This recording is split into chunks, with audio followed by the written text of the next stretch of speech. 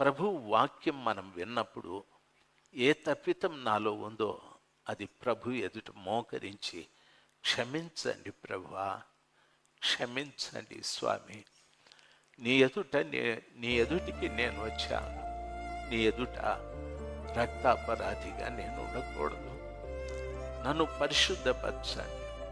పరలోకం నుండి ఈ లోకానికి వచ్చి నరులలో నరుడుగా జీవించి కపాలమని అర్థమిచ్చే గొల్గొతా కొండపైన సిల్వలో నా కొరకు మీరు ప్రాణం పెట్టారు, మీరు రక్తం కార్చారు. నా కొరకు కూడా ప్రభువా, దయచేసి నా పాపముల విషయమై మీరు సిల్వలో కార్చిన రక్తంతో నన్ను కడిగి రక్తాపరాధము నుండి నన్ను విడిపించండి. నా పాపము నుండి నాకు విడుదల దయచేయమని పశ్చాత్తాపంతో కన్నీరు కారిస్తే